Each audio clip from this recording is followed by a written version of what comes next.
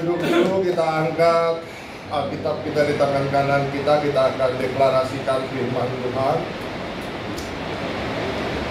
Multimedia, minta tolong disiapkan deklarasi firman Tuhan.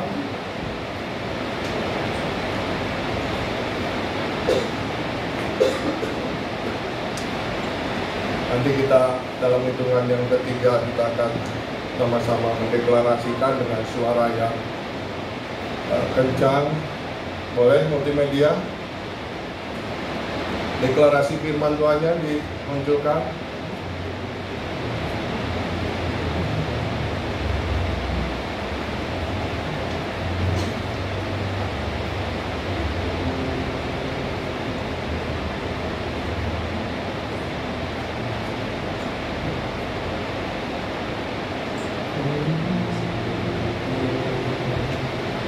Bisa dibantu, minta tolong.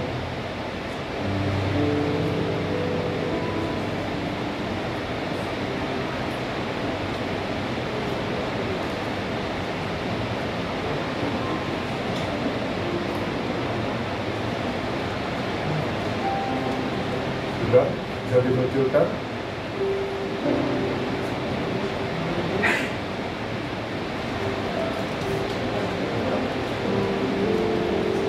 Biasanya cepat ya.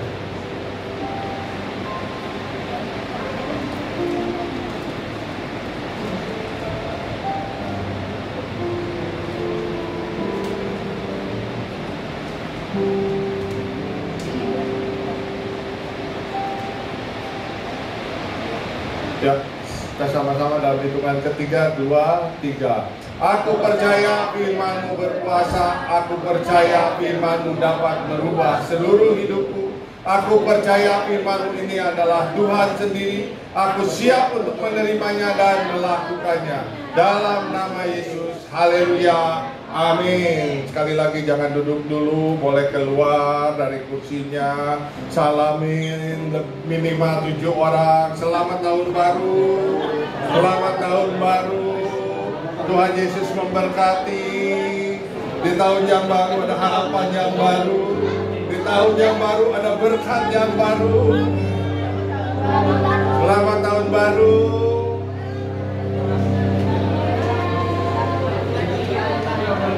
Minimal 7 orang.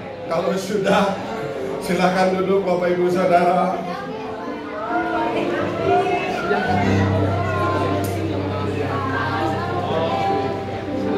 Oke, PowerPoint-nya boleh disiapkan, Bang. Baik, shalom semuanya. Ya, di tahun yang baru ini kita harus lebih lagi antusias di dalam Tuhan. Di tahun yang baru ini kita percaya ada harapan yang baru. Amin. Dan harapan yang baru yang Tuhan siapkan pastinya lebih baik dari tahun-tahun sebelumnya. Amin. Amin. Saya berdoa di tahun 2025 ini semua jemaat GBI-WTC diberkati Tuhan double portion. Amin. Karena kita berharap kepada Tuhan, kita mengandalkan Tuhan, dan kita mau terus berseru kepada Tuhan. Nah, kita masuk di dalam masih serial Walking with God bagian yang ke-7 yang diberi judul School of Life, yaitu sekolah kehidupan. Saya percaya di dalam sekolah kehidupan ini semua masing-masing mempunyai pengalaman pribadi sendiri-sendiri. Tidak ada yang sama. Baik pengalaman sukanya maupun pengalaman dukanya, semuanya berbeda-beda. Dan di dalam sekolah kehidupan ini, ya, selama kita masih ada di dunia, selama kita masih hidup, sekolah ini terus masih berjalan. Belum bisa berhenti. Baik yang senior maupun yang junior, di dalam sekolah kehidupan ini terus masih berjalan. Mungkin ada orang yang baru bisa bersuka cita itu kalau dia berlibur ke Jepang atau ke Eropa gitu kan. Tapi ada juga yang ya cukup berlibur di Bali aja dia udah suka cita. Ya. Ada juga yang cuma pulang ke Bandung, aduh udah seneng banget. Ya. Jadi sukacitanya itu berbeda-beda setiap kita masing-masing. Amin. Begitu juga dengan di dalam sekolah kehidupan, di dalam duka cita. Ada yang, aduh, kayaknya kalau saya menjadi bapak ini atau ibu ini, saya nggak sanggup menanggung. Persoalan masalahnya itu begitu besar menurut saya. Tapi kalau bapak ibu juga melihat persoalan pergumulan saya, waduh, saya kayaknya kalau jadi Pak Yuda juga nggak sanggup. Jadi setiap kita masing-masing, kekuatan yang Tuhan berikan kepada kita ini berbeda-beda. Firman Tuhan mengatakan bahwa pencobaan yang kita alami itulah pencobaan yang tidak akan melampaui kekuatan setiap kita. Tuhan tahu batas kekuatan kita. Oleh karena itu, memasuki sekolah kehidupan, kita harus lebih lagi percaya bahwa Tuhan pasti mendampingi setiap kita. Walaupun kita ada di lembah baka, Tuhan tetap ada bersama-sama dengan kita. Amin. Walaupun mungkin kita juga sedang naik daun, sedang sukacita, Tuhan juga ada bersama-sama dengan kita. Oleh karena itu di tahun 2025 saya berdoa untuk setiap kita semakin hari semakin mendekatkan diri kepada Tuhan. Karena dunia mengatakan bahwa semakin tahun ke depan ini akan semakin sulit. Tetapi kita percaya bahwa sekarang kita masuk tahun Great Harvest. Tuhan katakan bahwa kita akan menerima double anugerah. Orang boleh mengatakan semakin hari semakin sulit, tetapi Tuhan katakan kita akan menerima semakin hari semakin menerima double anugerah, double berkat dari Tuhan. Jadi inilah sekolah kehidupan yang harus kita jalani masing-masing. Semuanya sudah menerima outline. Ada yang belum menerima? Kalau belum menerima boleh angkat tangan, nanti pengerja akan melayani. Dan kalau misalnya nggak ada pulpen, silakan juga meminta pulpen ya. Karena saat ini berbicara tentang sekolah, artinya kita berbicara tentang belajar ya. Kehidupan adalah sebuah pembelajaran. Dan guru besar kita di sekolah kehidupan adalah Tuhan Yesus Kristus. Guru besar kita di sekolah kehidupan adalah Tuhan Yesus Kristus ya. Selama kita ada di dunia ini, masuk dalam sekolah kehidupan, kita harus terus belajar. Rick Warren mengatakan, hidup itu adalah sekolah dan problem itu adalah kurikulum. Jadi saat kita masuk dalam satu pergumulan, saat kita masuk dalam satu masalah, itu artinya kita sedang ada masuk dalam satu kurikulum sekolah kehidupan ya. Di dalam sekolah kehidupan ini ada 3 fase ya, yang harus kita lalui. Yang pertama, fase pertama adalah fase belajar. Fase belajar di sekolah kehidupan. Mazmur 119 ayat yang ke-19 saya bacakan aja buat Bapak Ibu Saudara. Aku ini orang asing di dunia, janganlah sembunyikan perintah-perintahmu terhadap aku. Kenapa kita orang asing di dunia? Karena kita adalah warga kerajaan surga. Tempat yang sesungguhnya kita adalah di surga. Kita di bumi ini sebagai pendatang, kita di bumi ini hanya sebagai orang asing.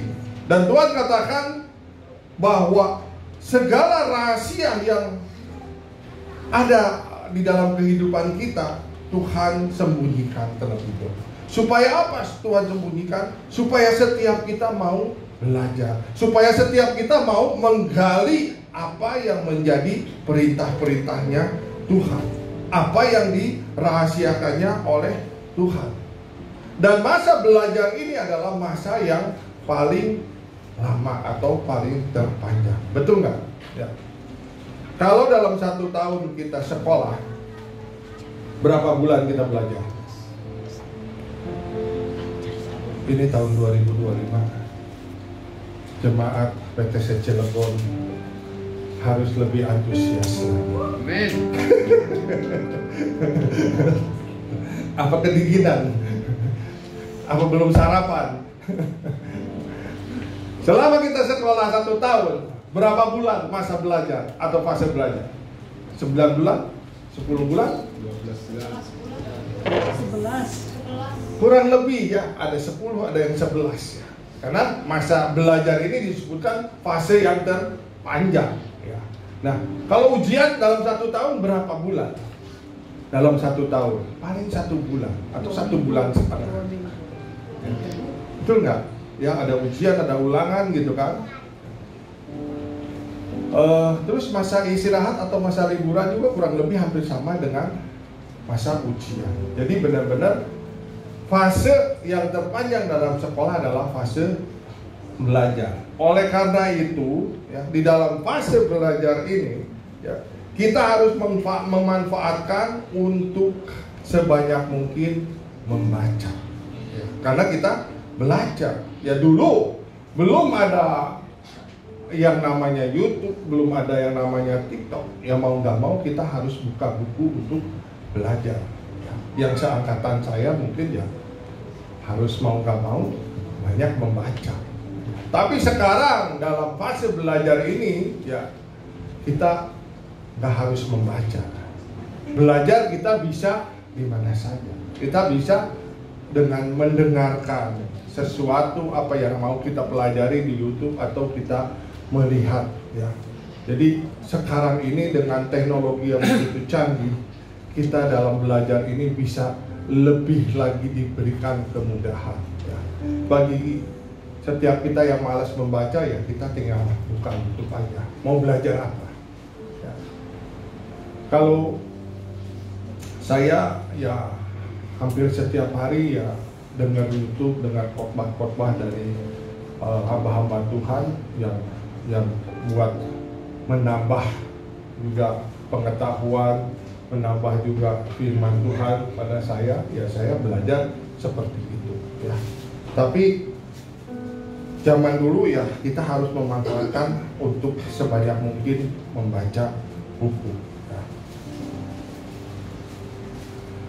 Kenapa sih kita harus belajar? Untuk mempersiapkan diri ya pada saat kita nanti menghadapi ujian yang sesungguhnya yang akan Tuhan berikan kepada setiap kita. Jadi di fase yang terpanjang ini di belajar, manfaatkanlah membaca sebanyak mungkin. J. Merritt mengatakan, kenapa kita harus membaca Alkitab? Bukan untuk menjadi ahli Taurat, tapi untuk mengenal Tuhan. Bapak, Ibu, Saudara, mau nggak mau, suka nggak suka. Kalau kita mau mengenal Allah kita, kalau kita mau mengenal Tuhan lebih lagi, ya kita harus membaca Alkitab. Dan puji Tuhan sekali lagi di sini hampir ya banyak hamba Tuhan yang mengatakan ayo baca Alkitab. Kita sudah difasilitasi dengan adanya SMA ya, suka membaca Alkitab setiap hari baca supaya kita lebih mengenal lagi firman Tuhan, mengenal lagi Allah kita. Karena semakin kita mengenal Tuhan, kita akan semakin hidup kita bahagia. Percaya Bapak Ibu Saudara? Ini pada ngantuk ya. Semakin kita mengenal firman Tuhan, hidup kita akan semakin bahagia. Kenapa? Karena semua yang kita perlukan, yang kita butuhkan di dalam kita memasuki satu pergumulan, semua ada jawabannya di sini. Jadi bagaimana kita bisa mengerti jawabannya kalau kita tidak suka membaca firman Tuhan? Ya. Karena sekali lagi tadi dikatakan bahwa Tuhan itu adalah guru besar setiap kita. Kita yang percaya dan menganggap bahwa Tuhan Yesus adalah sebagai pedoman, Tuhan Yesus sebagai teladan bagi setiap kita. Oleh karena itu ya kita harus lebih lagi mendekatkan diri kepada Tuhan. Bukan kita mau menjadi ahli Taurat atau bukan apa, tetapi kita mau mengenal Tuhan lebih baik lagi, lebih dalam lagi di tahun 2025. Yang setuju katakan amin, ya. Nah, di dalam fase belajar ini kita juga harus mendengarkan guru sebanyak mungkin. Amsal 2 ayat 1 dan Amsal 3 ayat 1 dikatakan, hai anakku, jika engkau menerima perkataanku dan menyimpan perintahku di dalam hati. Hai anakku, janganlah engkau melupakan ajaranku dan biarlah hidupmu memelihara perintah. Tuhan mengatakan, Tuhan memerintahkan supaya setiap firman Tuhan disimpan di dalam hati kita. Setiap firman Tuhan jangan dilupakan. Biarlah kita memelihara perintahnya. Ini perintah dari firman Tuhan supaya kita mendengar guru besar kita, yaitu Tuhan Yesus. Simpan setiap kebenaran firman Tuhan. Di dalam belajar ini ya ada satu survei yang mengatakan ya, kalau kita seperti sekarang ini datang beribadah, mendengarkan khotbah, survei mengatakan hanya 2% saja yang bisa diingat oleh setiap kita. Pulang dari tempat ini mungkin ditanya lagi judulnya apa, udah paling ingatnya judulnya doang. Isinya apa? Nggak tahu. Firman Tuhan yang disampaikan oleh Pak Agung minggu kemarin mungkin juga sudah pada lupa. Betul apa betul? Betul. Ini survei yang mengatakan kalau kita cuma mendengarkan khotbah, hanya 2% saja yang diingat oleh setiap kita.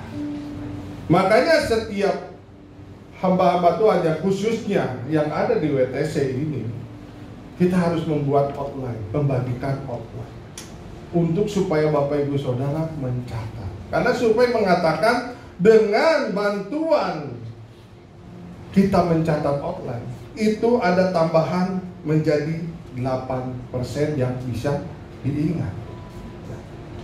Kalau mendengar saja cuma 2%, mencatat 8%, baru 10%. Bagaimana dengan yang 90%? Yang 40% kita bisa mendekatkan diri, kita bisa belajar kepada Tuhan, kita bisa mengingat firman-firman Tuhan kalau kita masuk di dalam kesulitan, dalam satu tekanan, dalam satu pergumulan yang besar, baru kita mau belajar. Dan itu survei mengatakan 40%. Dan pilihan ada di Bapak Ibu Saudara. Apakah harus Tuhan berikan dulu satu tekanan, satu kesulitan yang membuat kita harus mengangkat tangan? Kita sudah tidak bisa berbuat apa-apa lagi, kita menyerah, akhirnya kita mau belajar. Yang 50%-nya adalah karena kesadaran kita sendiri mau mengikuti Tuhan, mau belajar kepada firman Tuhan dan melakukannya. Amin. Dan saya berdoa jemaat WTC Cilegon ini mengambil yang 50% dengan kesadaran sendiri mau belajar akan firman Tuhan. Enggak ada tekanan, enggak ada istilahnya harus menghadapi suatu pergumulan yang berat baru kita menyerah kepada Tuhan. Ini menurut survei yang dilakukan. Jadi marilah kita juga ya, ambil yang 50%, ya. Kita mau diajar dan melakukan apa yang menjadi perintah Tuhan di tahun 2025. Amin. Ya.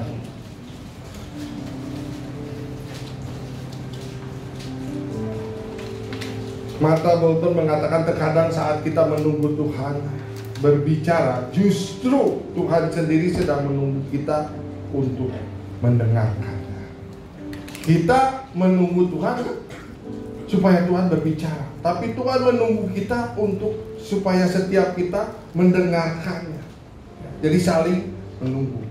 Nah, yang bagian C ya, di dalam fase belajar ya, kita harus mengerjakan apa namanya? PR, pekerjaan rumah. Ya. Kenapa sih kita harus mengerjakan pekerjaan rumah? kok di dalam sekolah kehidupan kita ini udah usianya segini kok harus mengerjakan pekerjaan. Supaya kita mendapatkan kisi-kisi. Kalau kita membuat PR, kita mendapatkan kisi-kisi. Walaupun mungkin kisi-kisi itu tidak 100% nanti pada saat ujian itu keluar. Tapi minimal kita tahu, ya, oh kalau pertanyaannya ini jawabannya ini.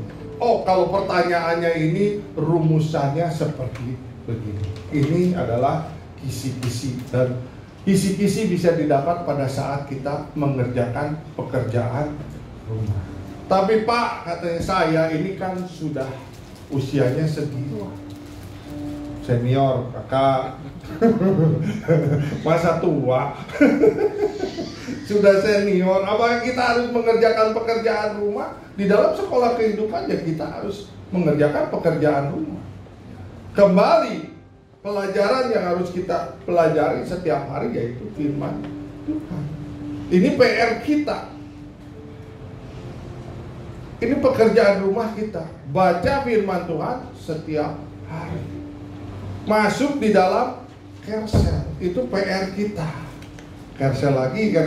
Baca firman Tuhan lagi, baca firman Tuhan. Ya memang itu rumusnya, dan itu yang harus kita kerjakan kalau kita mau semakin mengerti ya apa yang Tuhan rahasiakan. Biar setiap kita juga bisa membuka rahasia-rahasia atau perintah-perintah Tuhan kepada setiap kita. Kerjakan PR. Yang mau mengerjakan PR katakan haleluya.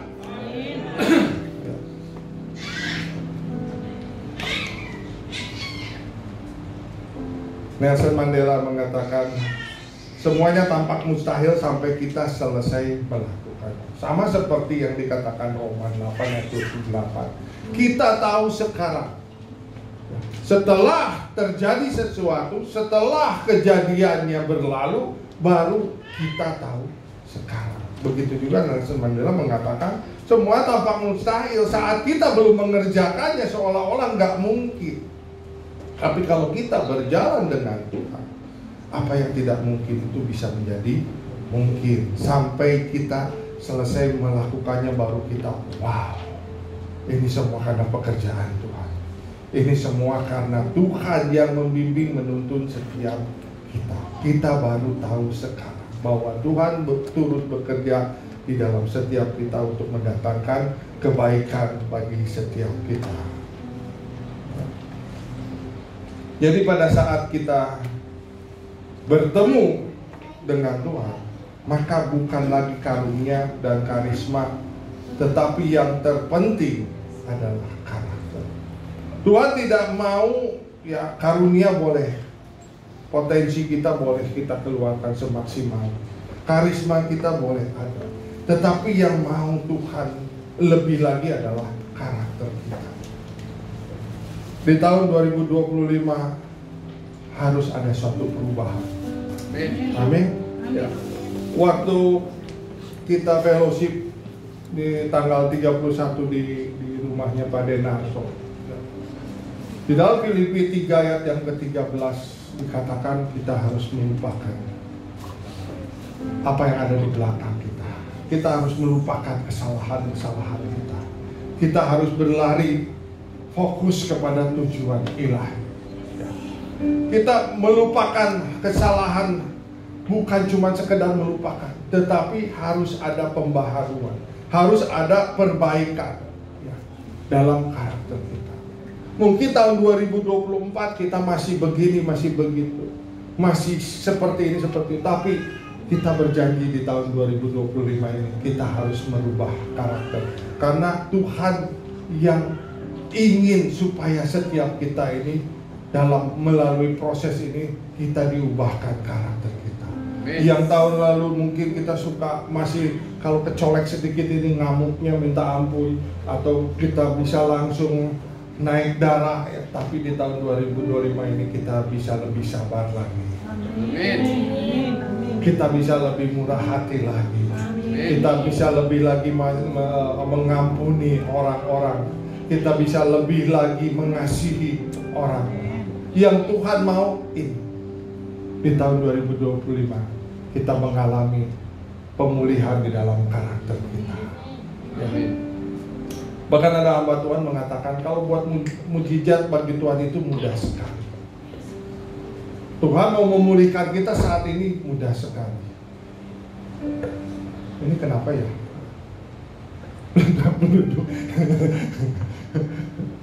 Kalau Tuhan mau membuat suatu terobosan buat setiap kita, ya baik di dalam keluarga, dalam pelayanan kita, dalam keuangan kita, dalam sakit penyakit kita, mudah. Tapi yang sulit itu mengubah karakter kita. Seperti bangsa Israel keluar dari Mesir itu kenapa harus lama 40 tahun di padang gurun? Karena yang sulit itu ya mengubah apa yang sudah terbentuk di dalam bangsa Israel, yaitu dia benar-benar sudah mendarah mendaging gaya dari duniawi yang ada di Mesir itu yang susah. Sehingga sampai 40 tahun, sampai orang-orang yang tidak mau berubah itu harus mati di padang. Baru orang-orang yang baru inilah yang dipakai oleh Tuhan dan bisa masuk di dalam tanah perjanjian. Saya berdoa sekali lagi juga setiap kita di tahun 2025 ini kita juga mau melembutkan hati supaya Tuhan yang membentuk kita, merubah setiap kita, karakter kita yang lama-lama dibuang, kita mulai hidup baru lagi. Ya, mumpung di awal tahun ini, mumpung di minggu pertama ini, kita mari berjanji kepada Tuhan supaya kita lebih baik lagi. Amin. Nah, fase yang kedua ya di dalam sekolah kehidupan yaitu waktu ujian. Ya. Saya ingin kita semua membaca firman Tuhan, buka firman Tuhan di dalam Ibrani 12 ayat 5 dan 6 ya. Masa ujian ini adalah masa paling pendek tapi masa yang paling tidak disukai.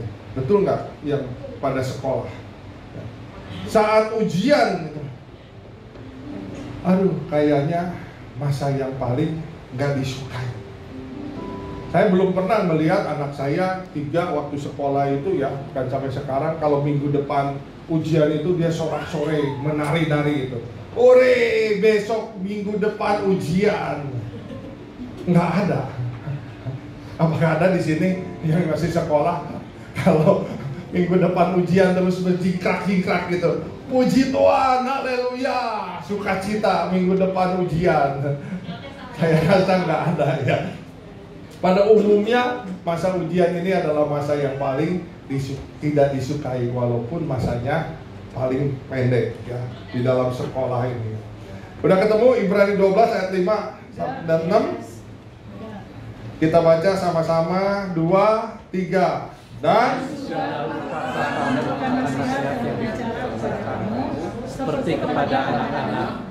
Hai anakku, janganlah anggap enteng yang pertama didikan Tuhan, dan janganlah putus asa apabila engkau diperingatkannya, karena Tuhan menghajar orang yang dikasihinya dan ia menyesah orang yang diakuinya sebagai anak. Ada 3 poin, ada 4 poin di dalam waktu ujian ini, yaitu masa pendidikan atau dididik. Yang kedua, masa diperingatkannya oleh Tuhan. Yang ketiga, masa dihajar. Dan yang keempat, masa disesah. Nanti kita akan sama-sama belajar ya, kenapa sih 4 poin ini harus kita lalui dan Tuhan izinkan pada setiap kita di masa ujian.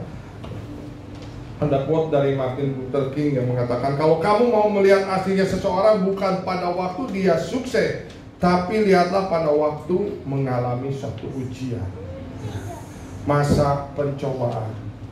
Ya, itu baru terlihat karakter setiap kita. Pencobaan itu bukan berarti masa susah aja. Ya. Masa kita diberkati juga, itu adalah suatu pencobaan. Kita bisa melihat pada saat orang yang tadinya biasa-biasa lalu Tuhan angkat, diberkati, bagaimana karakternya.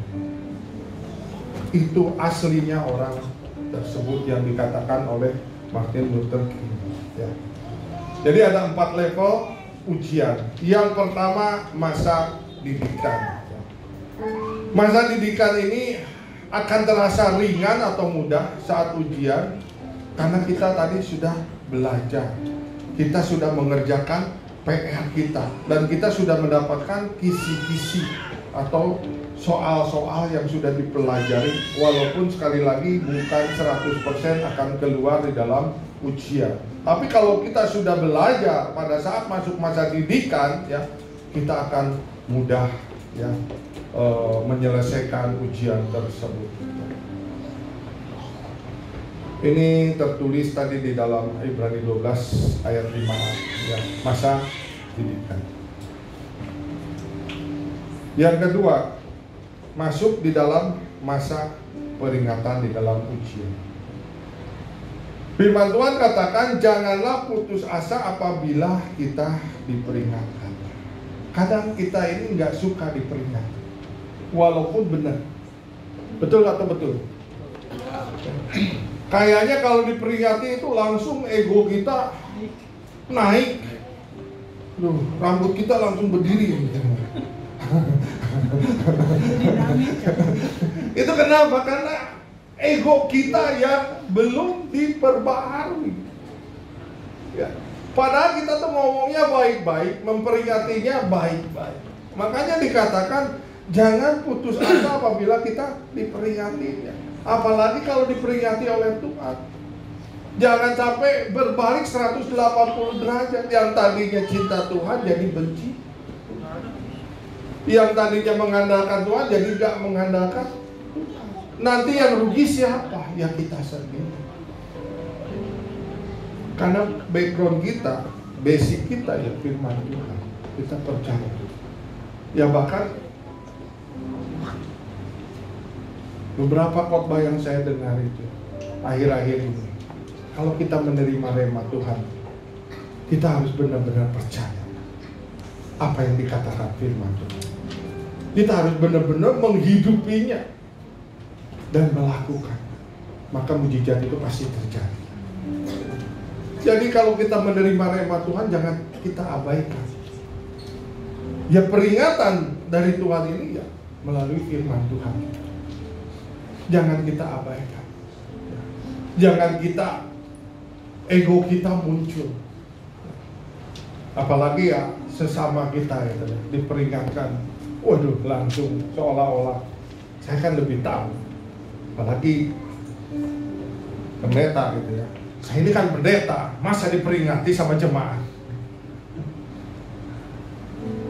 Peringatan yang dari Tuhan itu bisa melalui siapa aja. Mungkin juga peringatan melalui anak-anak kita. Om jangan begitu om, tante jangan begitu tante, kakak. Ya kita harus introspeksi diri. Di tahun 2025 ini kita harus mau introspeksi diri. Kalau diperingati oleh Tuhan, harus kita terima dengan lapang dada. Yang setuju katakan amin, ya. Supaya setiap kita semakin hari kita akan semakin dilembutkan hatinya. Karakter kita semakin hari semakin diperbaharui. Karena tujuan Tuhan itu satu, supaya setiap kita ini bisa mencerminkan Kristus di dalam kehidupan kita. Kita harus serupa dengan gambarnya. Kalau Tuhan kita Maha Pengasih, ya kitanya jangan sebaliknya. Artinya kita tidak mengikuti apa yang diajarkan oleh Tuhan. Yang ketiga, peringatan melalui hajaran Tuhan. Dan firman Tuhan katakan Tuhan menghajar orang yang dikasihi. Artinya kalau dihajar itu oleh Tuhan, Tuhan masih memperhatikan setiap kita. Amin. Tuhan masih mengasihi kita. Kita sebagai orang tua, kalau anak kita sudah diperingati nggak mau nurut, kita hajar, bukan berarti kita benci kepada anak kita. Tetapi memang kita ingin supaya anak kita ini menjadi baik. Begitu juga Bapak kita di surga, menghajar kita karena Dia mengasihi kita. Amin. Apa bedanya mengajar dan menghajar? Kalau mengajar itu dengan mulut, kita mengajar. Tapi kalau menghajar itu dengan tangan, dengan pukulan, atau mungkin juga dengan rotan gitu ya, dihajar. Itu bedanya. Dan kenapa sih Tuhan mesti menghajar orang yang dikasihinya? Ya tadi, Tuhan ingin membentuk saudara dan saya sampai sesuai dengan keinginannya, yaitu serupa dengan gambarnya, serupa dengan Tuhan. Makanya Tuhan ajar kita, Tuhan didik kita, Tuhan peringati kita, supaya setiap kita yang menjadi atau mengakui kita ini adalah milik Tuhan, kita ini murid Tuhan, kita ini anak-anak Tuhan, bisa serupa dengan apa yang Tuhan kehendaki dan Tuhan mau. Amin.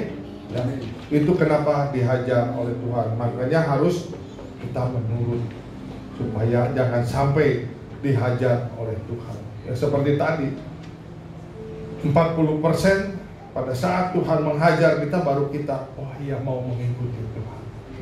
Ya, kita ambil yang 50%. Dengan kesadaran diri kita sendiri, kita mau belajar, kita mau mengikuti Tuhan dengan kerelaan sendiri. Jangan sampai nunggu dihajar. Rick Warren mengatakan, setiap masalah yang dihadapi adalah kesempatan untuk membangun karakter dan otot-otot rohani setiap kita. Ya. Memang ya banyak hamba Tuhan yang mengatakan juga, bagus kalau masuk dalam suatu proses, bagus dalam masalah itu, supaya setiap kita semakin kuat, semakin kita bisa membangun ya, karakter dan otot-otot rohani kita. Tetapi pada saat menjalaninya, ya hamba Tuhan boleh mengatakan bagus, tapi yang menjalaninya termehek-mehek, betul nggak? Yang menjalaninya, aduh Tuhan, saya sudah nggak kuat lagi. Kapan masalah pergumulan ini bisa cepat selesai? Sampai kita benar-benar mengerti apa yang menjadi kehendak Tuhan. Sampai kita benar-benar bisa berubah di dalam karakter kehidupan kita. Inilah sekolah kehidupan bagi setiap saudara dan saya. Level yang keempat di dalam ujian, yaitu sesahan Tuhan. Tuhan menyesah orang yang diakuinya sebagai anak. Sekali lagi, bukan karena Tuhan membenci kita kalau Tuhan menghajar, kalau Tuhan mensesah, tetapi Tuhan mengakui bahwa saudara dan saya adalah anak-anaknya. Makanya diperingati, dididik, dan dihajar lalu disesah oleh Tuhan. Amin. Nah, ini ada ini sebetulnya seni dari orang Jepang. Kalau seni melipat kertas, apa namanya, origami. Ya, kalau ini seni untuk menempelkan lagi apa namanya, keramik yang sudah pecah lalu ditempel lagi jadi sesuatu seni yang bagus, namanya kintsugi ya ini. Jadi Tuhan ini walaupun kita serusak apapun juga, sehancur apapun juga, Tuhan bisa membentuk kita menjadi satu orang atau satu pribadi yang keluarnya nanti akan lebih baik lagi. Amin. Amin. Ini diilustrasikan seperti begini. Jadi jangan takut, wah saya ini orang berdosa, saya ini udah rusak. Jangan. Tuhan masih bisa memperbaiki saudara dan saya. Amin. Semua yang berdiri di sini bukan orang yang punya background, itu adalah orang-orang yang baik. Banyak pengakuan-pengakuan dari orang-orang yang berkhotbah di sini. Saya dulu mantan narkoba, saya dulu mantan penjudi, saya dulu mantan pembalap, saya dulu juga mantan pemabuk. Bukan orang-orang yang dulu dari kecil, dari orok sudah rohani banget gitu, terus bisa berdiri dipakai Tuhan untuk menyampaikan firman. Bukan. Bahkan setiap hamba-hamba Tuhan yang backgroundnya gak bagus itu justru bisa dipakai Tuhan lebih luar biasa. Amin.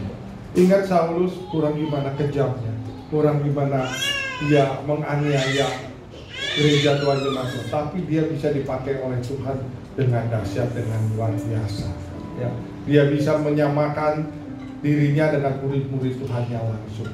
Dia bisa menjadi rasul. Jadi sekali lagi, ya, segimana hancurnya hidup kita, segimana rusaknya hidup kita, segimana kitanya berdosa, Tuhan Allah kita bisa memperbaikinya sampai kita bisa menjadi orang yang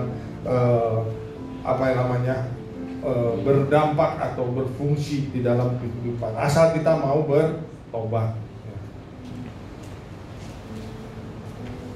Masa ujian ini walaupun pendek, tapi ujian ini menjadi masa penentu. Betul nggak? Ya, kakak-kakak guru, Pak, guru sekolah. Ya. Kalau ujian kita nggak lulus, ya kita nggak bisa naik kelas. Ya. Jadi memang ujian itu walaupun pendek masanya, tetapi ini yang menentukan apakah kita akan di-upgrade atau tinggal pada posisi kehidupan kita saat ini. Begitu juga di sekolah kehidupan. Lihat tadinya pemarah, saat masuk dalam sekolah kehidupan, kecolek masih marah, ya tinggal kelas. Yang tadinya tidak bisa mengasihi orang, ya, Tuhan kasih orang-orang yang susah kepada setiap kita, lalu kita juga cuek aja, ya nggak bisa naik kelas. Di masa ujian inilah masa penentuan bagi setiap kita. Kita bisa di-upgrade oleh Tuhan, bisa lulus dalam ujian atau enggak. Ya. Jadi di ujian inilah kenapa sih kita harus lewati, kita harus jalani, ya, supaya setiap kita bisa naik kelas, naik level di dalam kerohanian, sehingga visi gereja menjadi jemaat yang kudus dewasa dalam kerohanian dan mengalami terobosan itu terjadi dalam setiap kita. Amin. Amin. Ya. Harry Ward mengatakan, dengan pencobaan dan ujian Tuhan membuat kita lebih bernilai dan lebih tinggi. Kalau kita lulus, ya, bisa lebih bernilai dan lebih tinggi, bisa mengupgrade, bisa lebih naik level kalau kita lulus ujian. Smith Wigglesworth mengatakan, semua kesaksian yang indah dan besar yang kita dengar selalu terjadi dari orang yang mengalami ujian yang besar. Siapa yang mau mujizat besar? Angkat tangan. Yang mau mujizat besar, angkat tangan. Kalau mau mujizat besar, artinya ujiannya juga harus yang besar. Dan kalau memang kita mengalami satu mujizat yang besar, maka kesaksiannya ini akan indah, akan membuat orang terberkati. Betul nggak? Kalau cuma mujizatnya kecil-kecil, kayaknya biasa-biasa aja. Tapi kalau mujizatnya besar karena ujiannya berat, ujiannya sangat, benar-benar kita ini di bawah itu sampai nggak bisa apa-apa lagi, di lembah bakanya itu sampai benar-benar. Pada saat kita dipulihkan, pada saat kita mengalami mujizat, maka kesaksian-kesaksian itu menjadi kesaksian yang indah, menjadi kesaksian yang luar biasa buat setiap kita.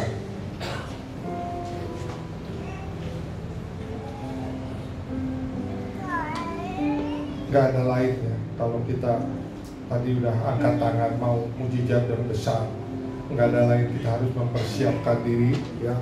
Kita harus mendapatkan kisi-kisi dari baca firman Tuhan supaya setiap kita kalau masuk di dalam pencobaan atau masuk dalam ujian, kita menjadi kuat. Amin.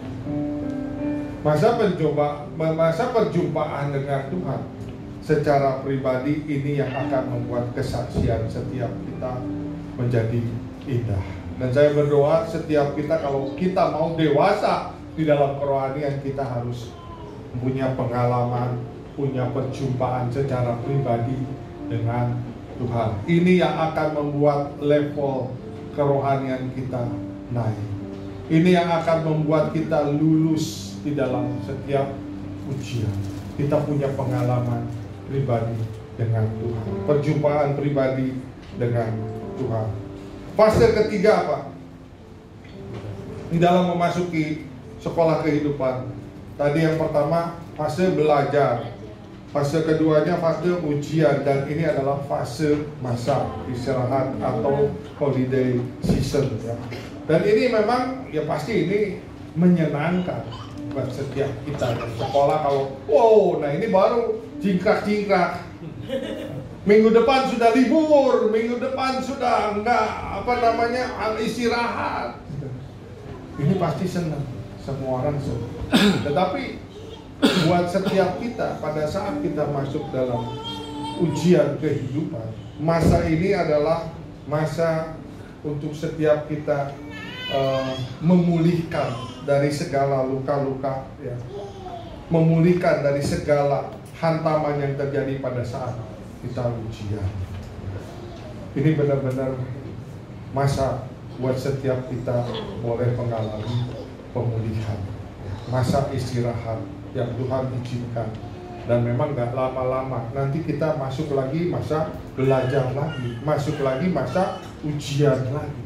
Selama sekali lagi kita masih diberikan kesempatan hidup oleh Tuhan, kita selalu ada di dalam sekolah kehidupan. Kita harus terus belajar, kita harus terus menghadapi ujian, dan kita juga akan mengalami pemulihan yang dari Tuhan. Ya. Ini slide yang paling disukai oleh jemaat GBWTC Cilegon, yaitu slide yang saya undang pemain musik ya, WL Singer untuk maju naik ke mimbar. Repoldo mengatakan kemuliaan yang diberikan dari Tuhan bukan karena kita tidak melakukan kesalahan, tapi supaya kita bisa bangkit kembali ya. Nggak ada orang yang nggak salah, nggak ada orang yang nggak melakukan kesalahan. Tetapi sekali lagi, pada saat kita melakukan kesalahan, kita harus aware, kita harus sadar, kita harus bisa bangkit kembali. Jangan melintir, jangan menjauh dari Tuhan. Jangan pada saat kita melakukan kesalahan, kita tidak mau memperbaiki diri. Masa 2024 adalah masa yang sudah berlalu. Sekarang memasuki minggu pertama di tahun 2025, kita harus benar-benar bisa introspeksi diri. Kita harus bisa lebih lagi ya, lebih lagi memperbaiki diri kita. Amin. Kita akan masuk di dalam perjamuan kudus. Apakah Bapak Ibu Saudara sudah mendapatkan anggur dan roti? Kalau belum, boleh angkat tangan, nanti akan dilayani.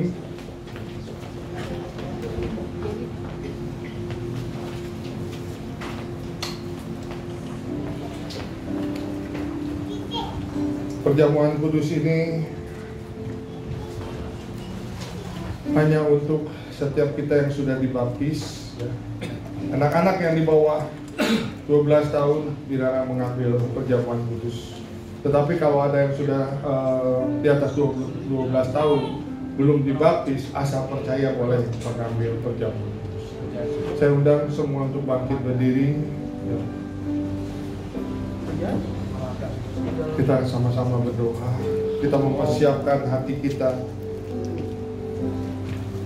untuk setiap kita boleh mendapatkan perkenanan menyambut tubuh dan darah Tuhan Yesus Kristus.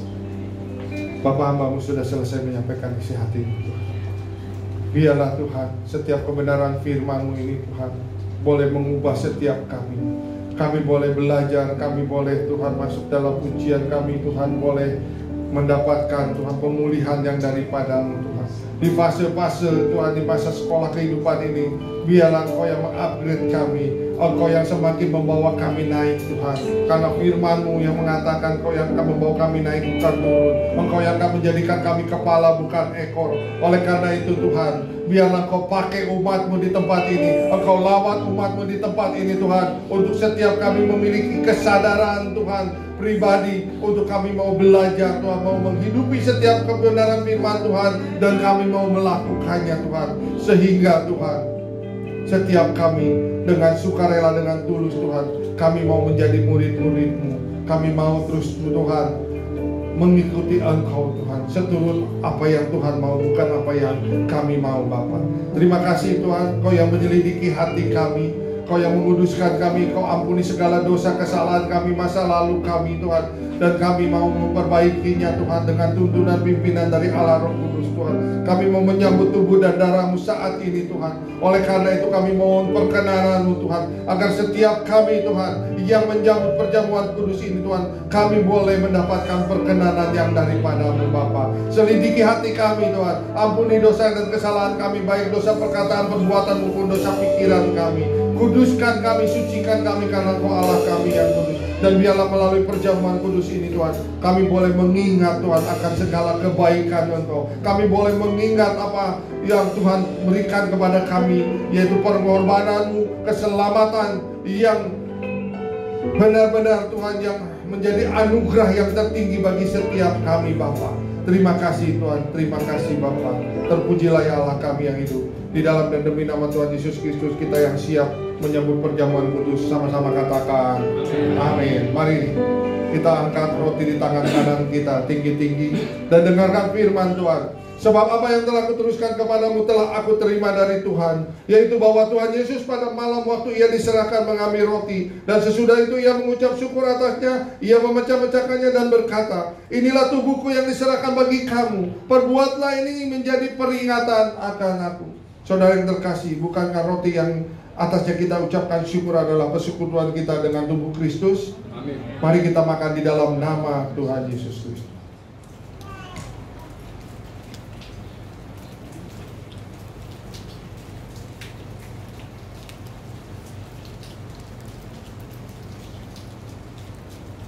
Kita angkat cawan di tangan kanan kita tinggi-tinggi. Demikian juga Ia mengambil cawan sesudah makan, lalu berkata, cawan ini adalah perjanjian baru yang dimeteraikan oleh darah.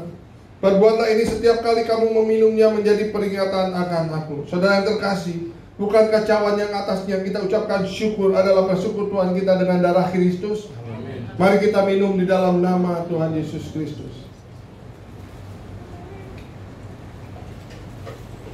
Kita angkat kedua tangan kita ucapkan terima kasih Tuhan.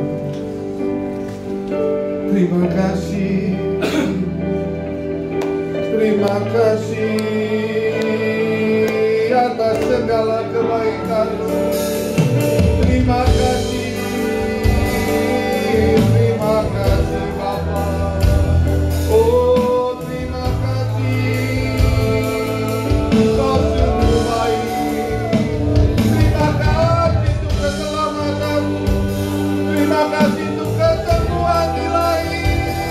Terima kasih untuk pemulihan. Terima kasih untuk kelimpahan. Terima kasih. Oh, haleluya. Kami bersyukur. Mari angkat suara kita, katakan terima kasih Tuhan.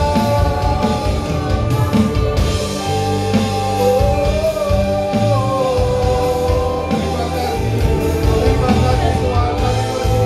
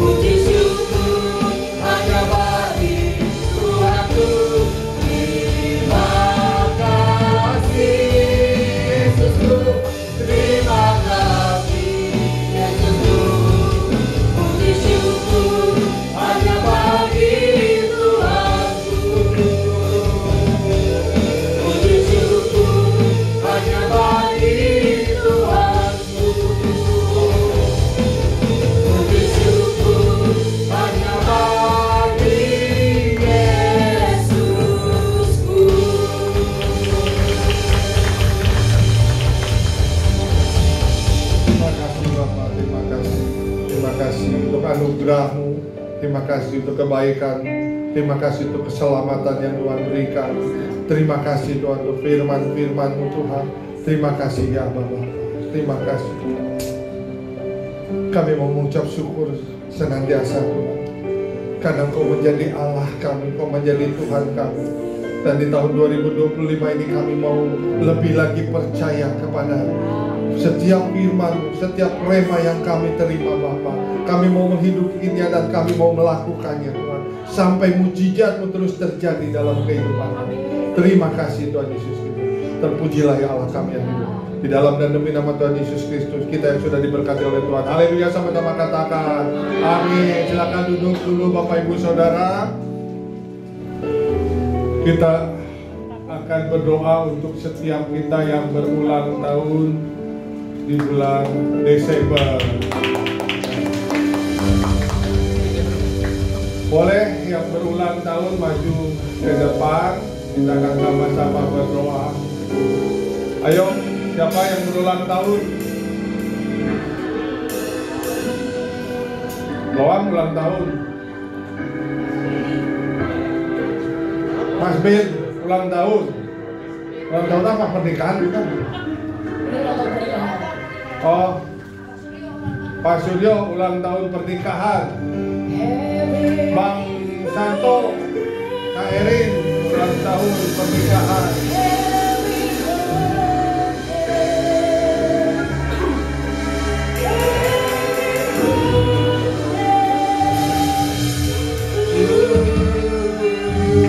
Ayo yang berulang tahun.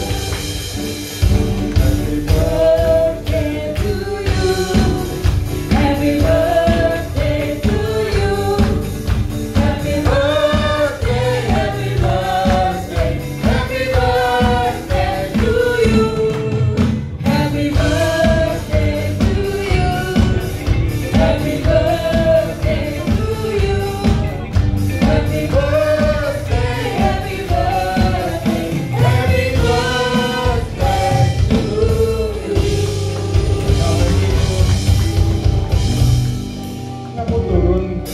Dampingi. Yuk, sekali lagi kita bangkit berdiri, kita arahkan tangan kita kepada yang berulang tahun. Kita akan sama satukan hati, kita berdoa. Kembali kami datang ke hadirat-Mu Bapa. Kami mengucap syukur dan kami bersuka cita untuk setiap anak-anak-Mu, hamba-hamba-Mu Tuhan yang berulang tahun, juga yang berulang tahun pernikahan. Tuhan, kami mau bersepakat bersatu hati. Kami mau berdoa Tuhan, agar kebahagiaan yang daripada-Mu terus melimpah dalam kehidupan mereka Bapa. Yang berulang tahun Tuhan, Engkau berikan usia yang panjang, umur yang panjang. Engkau yang memberikan kekayaan dan kehormatan di dalam setiap kehidupannya Bapa. Apa yang dicita-citakannya, apa yang diinginkannya Tuhan buat berhasil senantiasa. Terima kasih Tuhan Yesus Kristus. Terima kasih untuk anak-anak-Mu Bapa. Kerialah-Mu yang sikatakan untuk meluang Tuhan. Tuhan pakai anak-Mu ini Tuhan lebih lagi Bapa. Mengasihi Engkau, melayani Engkau. Berikan kesehatan dan kekuatan yang sempurna. Terima kasih Bapa. Untuk Henry juga Tuhan. Tuhan pakai Tuhan. Kalau saat ini anak-Mu ini juga Tuhan rindu untuk melayani Engkau di WTC. Tuhan tambah-tambahkan hikmat. Tuhan berkati di dalam pekerjaannya. Tuhan berkati dalam keluarga besarnya Bapa. Kami percaya Tuhan, Engkau juga yang memberikan apa yang diinginkannya Bapa. Terima kasih Bapa. Terima kasih untuk Mas Benny dan Kak Febri Tuhan. Di ulang tahun pernikahannya. Untuk Pak Suryo dan Bu Hera, untuk Bang Santo dan Kak Erin Bapak. Tuhan, kami serahkan Tuhan hamba-hamba-Mu ini ke dalam tangan. Di dalam rumah tangganya Tuhan kami serahkan ke dalam tangan. Biar ada damai sejahtera senantiasa melimpah dalam keluarganya. Keharmonisan Tuhan tambah-tambahkan dalam keluarganya. Kesatuan hati, keunitian Bapak. Tuhan, terima kasih Bapa. Terima kasih Tuhan, pakai lebih lagi Tuhan. Tuhan berkati dalam keluarganya, dalam pekerjaan usahanya, dalam pelayanannya. Tuhan pakai lebih lagi Bapa. Terima kasih Tuhan Yesus Kristus. Terima kasih untuk anak-anak-Mu ini Tuhan. Terima kasih. Biarlah sukacita, damai sejahtera, kebahagiaan terus melimpah dalam kehidupannya. Terima kasih Bapa. Terpujilah ya Allah kami yang hidup di dalam dan demi nama Tuhan Yesus kami sudah berdoa dan mengucap syukur. Haleluya, sama-sama katakan amin. Selamat, Tuhan Yesus memberkati. Selamat, selamat ya Bang, selamat ya Mas, selamat ya. Kita akan tutup ibadah pagi hari ini ya. Kali lagi kita akan berdoa. Terima kasih Tuhan, terima kasih untuk ibadah sepanjang hari ini Tuhan. Terima kasih untuk kebenaran firman-Mu Tuhan. Terima kasih untuk pengajaran-Mu Bapa. Sebentar kami akan kembali ke rumah kami masing-masing. Kami percaya Kau juga yang terus menaungi, melindungi kami. Kau yang memberkati kami Tuhan, menjagai kami Tuhan. Di perjalanan baik kendaraan pribadi, kendaraan umum yang kami pakai Tuhan, semuanya Tuhan lindungi, Tuhan jagai, Tuhan tutup bungkus dengan kuat kuasa darah Tuhan Yesus Kristus. Dan kami berjanji di tahun 2025 ini Tuhan, kami mau mengasihi Engkau lebih lagi. Kami mau lebih lagi belajar kebenaran firman-Mu. Kami mau lebih lagi mengandalkan Engkau Tuhan di dalam setiap langkah kehidupan kami Bapa. Kami mau Tuhan memasuki sekolah kehidupan ini. Allah Roh Kudus terus Tuhan memimpin kami. Allah Roh Kudus terus membimbing kami Bapa, sehingga kami boleh kuat di dalam Engkau senantiasa Bapa. Terima kasih ya Tuhan Yesus Kristus. Ajar kami untuk lebih lagi mengucap syukur dalam segala hal. Terima kasih Bapa. Sebentar kami akan pulang, biarlah berkat-Mu menyertai kami. Kami siap menerima berkat yang daripada-Mu. Mari arahkan hati, angkat kedua tangan kita. Tuhan memberkati Engkau dan melindungi Engkau. Tuhan menyinari Engkau dengan wajahnya dan memberikan Engkau kasih karunia. Tuhan menghadapkan wajahnya kepadamu dan memberikan Engkau damai sejahtera. Sekarang pulang dan terimalah berkat yang terbaik dari Allah Bapa di surga. Kasih yang sempurna dari Tuhan Yesus Kristus, persekutuan yang indah dan manis bersama Allah Roh Kudus, dari mulai sekarang sampai kedatangan Tuhan yang kedua kalinya, bahkan sampai selama-lamanya. Di dalam dan demi nama Tuhan Yesus Kristus, kita yang diberkati oleh Tuhan. Haleluya, sama-sama katakan amin. Selamat tahun baru, selamat siang, Tuhan Yesus diberkati.